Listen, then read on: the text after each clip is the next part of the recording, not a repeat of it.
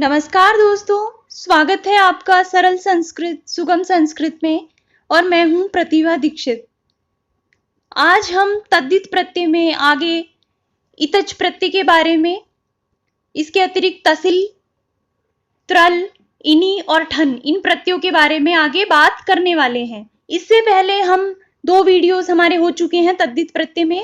उसमें हम तमप, तरप, तरप, तमप, इयसुन, इष्ठन और दूसरे वीडियो में हम इमनिच, त्वा, तल, श इन प्रत्ययों के बारे में हम पढ़ चुके हैं। तो अगर आप ये वीडियो देख रहे हैं और आपने पहले वाले वीडियोस नहीं देखे हैं तो पहले आप उनको देखिए, डिस्क्रिप्शन में उनका लिंक है, वहां से आप देख सकते हैं, या फिर चैनल पर जाकर संस्कृत व्याकरण नाम से प्लेलिस्ट में आप पहले के वीडियोस देख सकते हैं। तो आइए प्रारंभ करते हैं। सबसे पहले बात करते हैं इतच प्रत्यय के बारे में। इतच प्रत्यय जो है वो तदस्य संजातम अर्थ में होता है। तदस्य संजातम तारकादिभ्यः इतच, वह इसका हो गया। तदस्य संजातम, वह इसका हो गया, इस अर्थ में तारक आदि शब्दों से इतच प्रत्यय होता है। यहाँ पे वह इसका हो गया या फिर युक्त अर्थ की, इससे युक्त, इस तरह का जहां पर अर्थ हो वहां पर इतच प्रत्यय होता है। इतच में च की इत संज्ञा हो जाती है और उसका लोप होकर शेष बचता है इत। इतच प्रत्यांत जो शब्द होते हैं उनके रूप पुल्लिंग में राम के समान, स्त्रीलिंग में रमा के समान और नपुंसकलिंग में फल के समान रूप चलते हैं। दूसरी एक बात इतच के संबंध में है वो ये है कि ये इसके आदि में क्या है, स्वर। इतच का इत शेष रहता है, तो ये कैसा स्वर है, अचादि स्वर। अचादि स्वर होने के कारण यची भम से जो पूर्व में जो शब्द है उस शब्द को भ संज्ञा हो जाती है, और भ संज्ञक में जो अ है और जो ई है उसकी इत संज्ञा हो जाती है यश्यति च सूत्र से। यश्यति च सूत्र क्या कहता है कि अगर परे ईत हो, इकार हो और तद्धित प्रत्यय परे हो तो पूर्व में स्थित जो अ वर्ण है और जो ई वर्ण है अर्थात अ, आ, ई और बड़ी ई, इनकी इत संज्ञा हो जाती है। जैसे तारक जो शब्द है, तारक शब्द से इतच जब प्रत्यय करते हैं, तारक प्लस इतच, इस तरह से, तो इतच में तक च की इत संज्ञा होकर इत शेष रहता है। अब यहाँ पर आ और ई है किंतु इनको गुण नहीं होता, यहाँ पर ये भ संज्ञा हो जाती है अचादि प्रत्यय परे रहते, और जो भ संज्ञा का में जो आ है उसका लोप हो जाता है और मिलकर फिर शब्द बनता है तार्कित। तो तार्कित से विभक्ति आदि करके पुल्लिंग में रूप बनता है तार्कितः, स्त्रीलिंग में बनता है तार्किता और नपुंसक लिंग में बनता है तार्कितम। इसी तरह से तार्कितः का तात्पर्य तारक से युक्त या फिर तारक वाला हो गया, वह इसका हो गया, तारक से युक्त हो गया, इस तरह का जो अर्थ है। पिपासा शब्द से इतच प्रत्यय करके ये जो सा है इसमें जो आ है उसका इसी प्रकार भ संज्ञक होकर लोप हो जाता है और इत मिलकर शब्द बनता है पुल्लिंग में पिपासितः, स्त्रीलिंग में पिपासिता और नपुंसक लिंग में पिपासितम। मुद्रा से मुद्रितः, मुद्रिता, मुद्रितम। सुख से सुखितः, सुखिता, सुखितम। सुखित, सुख, सुख से युक्त हो गया, इस तरह का जो अर्थ है उसमें सुखितः, सुखिता, सुखितम। इसी प्रकार दुख शब्द से इतच प्रत्यय होकर दुखितः, दुखिता, दुखितम। अंकुर से अंकुरितः, अंकुरिता, अंकुरितम। और मूर्छा से मूर्छितः, मूर्छिता, मूर्छितम। तो इस प्रकार इतच जो प्रत्यय है उसमें आपको अंत में इत देखने को मिलेगा। पुल्लिंग में इतः दिखेगा, स्त्रीलिंग में इता और नपुंसक लिंग में इतम।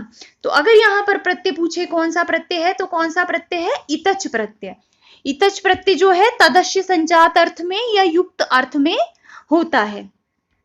इतच के बाद बात करते हैं तसिल प्रत्यय की। ऐसे शब्द जहां पर पंचमी विभक्ति का अर्थ हो ऐसे शब्दों से तसिल प्रत्यय होता है। इसका विधायक सूत्र है पंचम्या तसिल,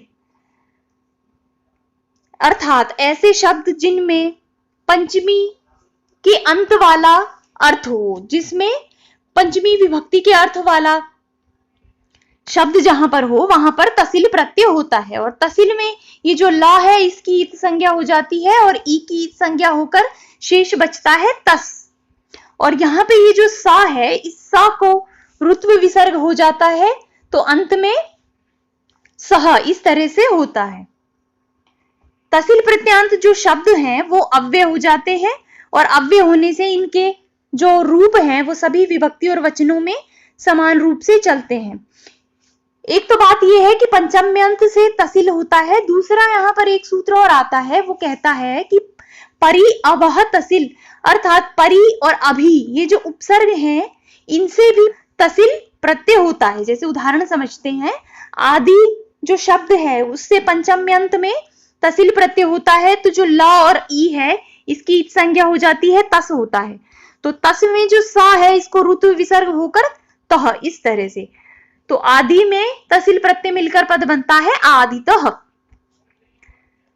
मध्य में तसिल पद मिलकर पद बनता है मध्यतः। किम में तसिल प्रत्यय मिलकर प्रत्यय बनता है कुतः। यहाँ पर जो किम है उसको कु आदेश हो जाता है और अंत में जो तस है उसको तह इस तरह से, तो यहाँ पर पद बनता है कुतः। इसी प्रकार इदम से तसिल प्रत्यय करके पंचम्यंत में शब्द बनता है, इदम को ई आदेश होकर इतः। इसी प्रकार वर्ण से वर्णतः, परि उपसर्ग से तसिल प्रत्यय होकर पद बनता है परितः, और अभी से तसिल प्रत्यय होकर पद बनता है अभितः, दोनों ओर इस तरह से। तो ये तसिल प्रत्यय है। तसिल प्रत्यय भी बहुत ही आसान है, जहां पर अंत में तह इस तरह से दिखाई दे। देखिए इतच में तो आपको ई भी दिखाई देगा, पूर्व में जो स्वर है वहां पर निश्चित रूप से आपको ई दिखाई देगा, लेकिन तसिल में ता दिखाई देगा। उससे पहले ई भी हो सकता है, आ ई उ कुछ भी हो सकता है, लेकिन आप याद रखिए जहां पर पंचम्यंत शब्द होंगे वहां पर तसिल प्रत्यय होता है, और जो इतच प्रत्यय है वो युक्त अर्थ में होता है, तद अस्य संजातम अर्थ में होता है इस तरह से। तसिल के बाद त्रल प्रत्यय आता है। त्रल प्रत्यय जो है वो सप्तम्यंत शब्दों में होता है। कैसे सप्तम्यंत में? सप्तम्यंत किम, सर्वनाम, बहु आदि जो शब्द हैं उनसे त्रल प्रत्यय होता है। तो त्रल में जो ये ला है इसकी संज्ञा हो जाती है और शेष रहता है त्र। त्रल प्रत्यांत जो शब्द हैं वो भी अव्यय हो जाते हैं, और इनके जो रूप हैं वो भी सभी विभक्तियों और वचनों में समान ही होते हैं। जैसे कहां कहां कौन कौन सी सप्तम्यंत में त्रल होता है? एक तो किम में, एक सर्वनाम सप्तम्यंत में। ऐसे सर्वनाम जिनमें सप्तमी विभक्ति हो, इस तरह के जो सप्तमी विभक्ति का अर्थ दे रहे हो, जहां पर सप्तमी विभक्ति का प्रकरण करना हो, वहां पर किम शब्द से, सर्वनाम शब्द से और बहु आदि शब्दों से त्रल प्रत्यय हो जाता है। जैसे किम से त्रल प्रत्यय कर कर किम को कु आदेश हो जाता है और यहाँ पर पद बनता है कुत्र। तो कुत्र का सप्तमी में अर्थ जो है कुत्र का वो होता है कहां पर, इस तरह से। सर्व से त्रल प्रत्यय करके बनता है सर्वत्र। बहु से बहुत्र, बहुत जगह पर, कहां पर? बहुत जगह पर, इस तरह से। एतद से त्रल प्रत्यय कर कर बनता है अत्र। यद से त्रल प्रत्यय कर कर बनता है यत्र, इस तरह से। यत्र जहां पर, इस तरह जो सप्तम्यंत शब्द हैं उनसे त्रल प्रत्यय होता है और त्रिल का त्रय शेष रहता है, और इसके जो प्रत्यांत शब्द हैं वो अव्यय हो जाते हैं इस तरह से। अब त्रल के बाद इनी प्रत्यय की बात करते हैं। इनी प्रत्यय का विधायक जो सूत्र है वो है अत इनी ठनऊ, अर्थात अकारांत जो शब्द हैं उनसे इन और ठन ये दो प्रत्यय होते हैं। और किस अर्थ में होता है इन प्रत्यय? तदस्य अस्ति और तदस्मिन अस्ति। अधिकारार्थ में जो है वह इसका है और वह इसमें है, इस प्रकार का अर्थ जहां पर हो वहां पर ह्रस्व अकारांत जो है, अत जो है, उसमें इनी और ठन प्रत्यय होते हैं। यहां पर कौन सा अर्थ आता है? युक्त और वाला अर्थ। हिंदी में अगर हम इनका अर्थ करेंगे शब्दों का, जो इनी प्रत्यांत शब्द हैं और जो ठन प्रत्यांत शब्द हैं, अगर इनका अर्थ हम करेंगे हिंदी में तो क्या अर्थ आएगा यहाँ पर? युक्त या वाला, इस तरह से। इनी में ये जो अंतिम ई है इसकी इत संज्ञा हो जाती है और शेष रहता है इन। अब इसके प्रत्यांत जो शब्द हैं इसमें ये नकारांत हो जाएगा क्योंकि इन शेष है, तो नकारांत होने के कारण जो इन्हीं प्रत्यांत जो शब्द हैं जब उनका स्त्रीलिंग में रूप बनाते हैं तो यहाँ पर नीप प्रत्यय होता है। ऋतनेभ्यो नीप से नकारांत पद होने के कारण स्त्रीलिंग में कौन सा प्रत्यय होता है? नीप प्रत्यय। दूसरी यहाँ पर बात है, एक तो ये है कि अकारांत ऋष्व अकारांत जो पद हैं उनमें इन्हीं प्रत्यय होता है। दूसरा है व्रीह्यादिभ्यश्च, अर्थात व्रीहि आदि गण में पठित जो शब्द हैं उनसे भी तदस्य अस्ति और तदस्मिन् अस्ति इन अर्थों में इन्हीं प्रत्यय होता है। जैसे उदाहरण देखते हैं, दंड शब्द से ये अकारांत शब्द है तो इस ऋष्व अकारांत शब्द से तदस्य अस्ति इस अर्थ में इन्हीं प्रत्यय होकर पद बनता है दंडिन। इस तरह से दंड में जो अ है ये भी इन प्रत्यय है तो इसमें भी अचादी है तो ये पूर्व को भ संज्ञा हो जाती है दंड पद की, और इस ड में जो अ है से लोप होकर और दंड में इन मिलकर पद बनता है दंडिन। तो दंड शब्द से इन्हीं प्रत्यय होकर क्या पद बनता है? दंडिन। और जब इसको मूल शब्द यहाँ पर दंडिन बनता है तो जब इसके पुल्लिंग में रूप चलते हैं तो पुल्लिंग में पद बनता है रूप होकर प्रथम पुरुष प्रथमा विभक्ति एक वचन में पुल्लिंग में बनता है दंडी। स्त्रीलिंग में इसमें नकारांत होने के कारण नीप प्रत्यय होकर पद बनता है दंडिनी और नपुंसक लिंग में पद बनता है दंडी। इस तरह से धन शब्द से मूल जो शब्द यहाँ पर इन्हीं प्रत्यय होकर बनता है वो है धनिन।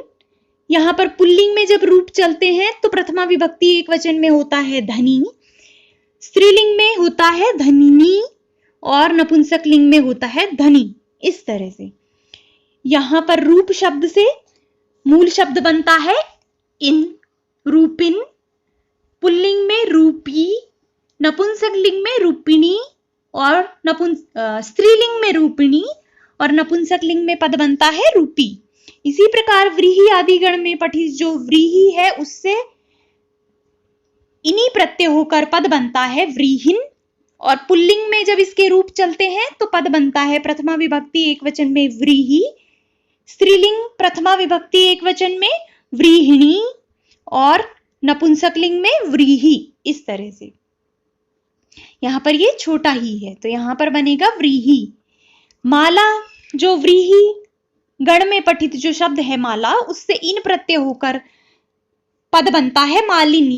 यहाँ पर भी ये जो माला शब्द है इसमें जो आ है ला में उसको यशेति च सूत्र से उसकी लोप हो जाता है भ संज्ञक होने के कारण और परे तद्धित प्रत्यय होने के कारण। तो यहाँ पर पुल्लिंग में प्रथमा विभक्ति एक वचन में माली, स्त्रीलिंग में मालिनी और नपुंसक लिंग में माली। इस तरह से तो इन्हीं प्रत्यांत जो शब्द हैं आप इनमें ये याद रखिए कि यहाँ पर जो मूल शब्द होगा वहां पर तो इन दिखाई देगा और पुल्लिंग में जब इसके रूप चलेंगे तो बड़ा ई ही दिखाई देगा, स्त्रीलिंग में इनी दिखाई देगा और नपुंसक लिंग में दिखाई देगा छोटा ई। इस तरह से तो इसमें से प्रश्न इस तरह से आ सकता है कि या तो इस तरह से प्रश्न आ सकता है कि ऋष्व अकारांत पदों से तदस्य अस्ति अर्थ जब हो, तदस्मिन अर्थ जब हो तो कौन सा प्रत्यय होता है? इनी और ठन दोनों प्रत्यय होते हैं। दूसरी बात प्रश्न यहां से इस तरह से भी आ सकता है कि दंडिन पद देकर यहां पर पूछा जा सकता है कि तदस्य अस्ति इस अर्थ में इसमें कौन सा पद है? तो यहाँ पर इन भी आपको देगा, इतच देगा, इस तरह के प्रत्यय आपको देगा जिससे आप कंफ्यूज हो जाएं। तो आपको याद रखना है यहाँ पर प्रत्यय इन नहीं होता, प्रत्यय होता है इनी। इस तरह से तो आप इसको थोड़ा ध्यान रखिए।